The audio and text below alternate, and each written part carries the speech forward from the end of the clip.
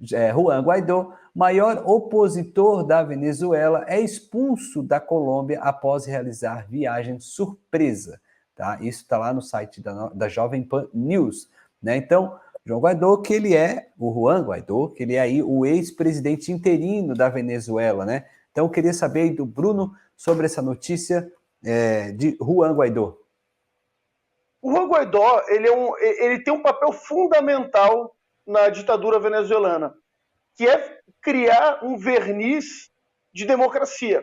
Porque, afinal de contas, quando a gente vê um país como a Venezuela, em que você tem apenas um grupo político chavista governando e ditando as regras, você precisa de outro para fazer um contraponto e, por consequência, rivalizar. Então, acaba criando um simulacro de realidade democrática. Quando, na verdade, a gente sabe que todo aquele ato de assumir interinamente a presidência, aquilo ali foi pura encenação.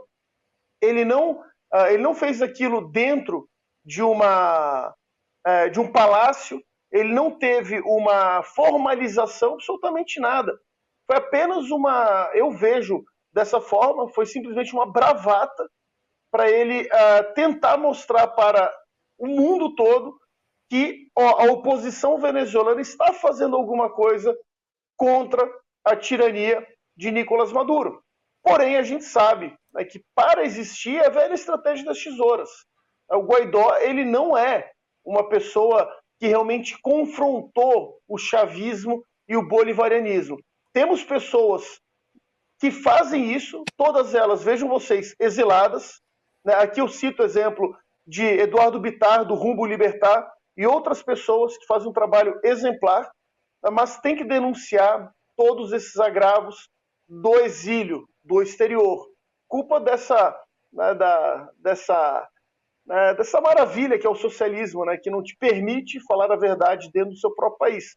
E aqui, Augusto, Carina, eu trago para vocês, eu falo para vocês de uma forma muito clara e muito aberta, né, que quando ele cumpre esse papel de ser oposição e parecer existir uma democracia na Venezuela, ele está sendo, na verdade, complacente com a própria ditadura sanguinária de Nicolás Maduro e seus asseclas, e seus comparsas. Né?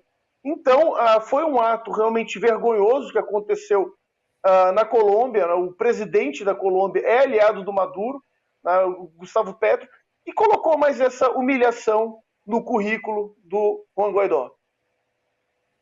Carina. Bom, lembrando que o ano que vem tem eleições na Venezuela para presidente. Né? Então, quem ganha? Quem ganha?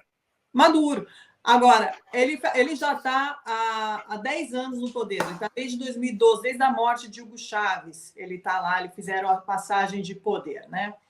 E ele está ali, está se perpetuando ali naquele poder super democrático, maravilhoso. Tanto é que o próprio Nicolás Maduro usou a tática de Chávez, né, usando o canal de televisão estatal para fazer um programa de televisão agora semanal, onde toda segunda-feira Nicolás Maduro vai estar conversando com o povo que não tem, né, porque ele botou uma Siri, a Cira, né, que é uma mulher de inteligência artificial, no qual ele ali tem a sua interlocução com essa mulher. Então, assim, ela repete tudo aquilo que ele quer, né? Um papagaio de ditador. O Juan Guaidó, eu não sei se vocês se lembram, em 2019, como o Nicolás Maduro ele tinha mandado de prisão, né? Ele tinha caído, e ele foi buscar uns ouros aqui no Vaticano, que ele queria recuperar os ouros dele por aí ao redor do mundo, né? Não sei se vocês se lembram desses episódios, enfim. Ele precisava de dinheiro para se financiar e começou a ligar para todo mundo aí, até o Vaticano entrou na história. O Juan Guaidó, ele foi reconhecido, né, por vários países como o presidente da Venezuela, tá? Em 2019.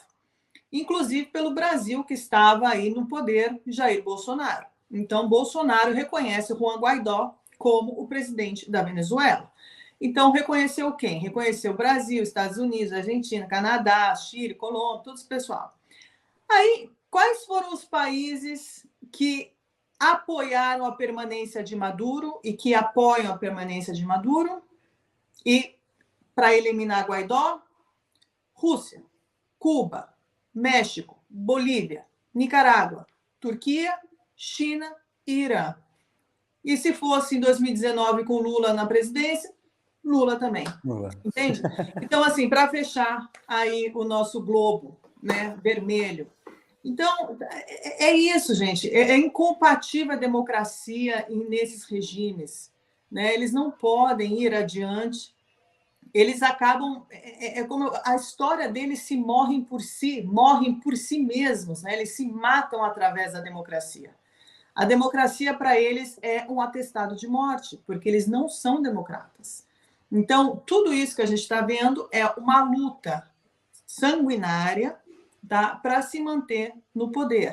Então, nós vamos ver ainda muitas coisas ruins acontecer. Muitas, infelizmente. E isso faz parte do plano de poder e domínio global que está em andamento. Custe o que custar. E esse abraço desses países a casos como esse, né, é algo que a gente vê acontecer cada vez mais, né? E o que nos preocupa justamente é o Lula, né, o nosso país agora cada vez mais se aproximando desses países, como foi a viagem agora à China e tudo mais, né?